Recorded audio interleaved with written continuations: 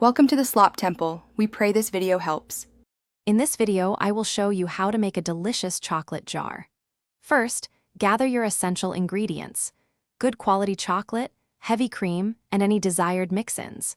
Make sure your chosen jar is perfectly clean and can withstand heat if you plan to warm ingredients directly in it. Precision in measuring will ensure your chocolate jar turns out perfectly every time. Next, let's create the rich chocolate base.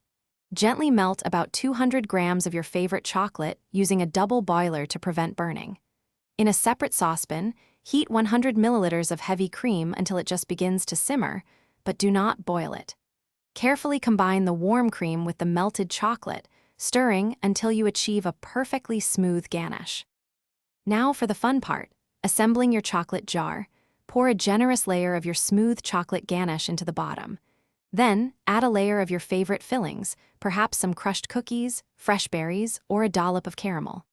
Repeat these layers until your jar is almost full, creating a beautiful visual and textural experience. Finally, chill the jar for at least 2 hours to allow everything to set perfectly. Once your chocolate jar is perfectly set, it's time for the finishing touches.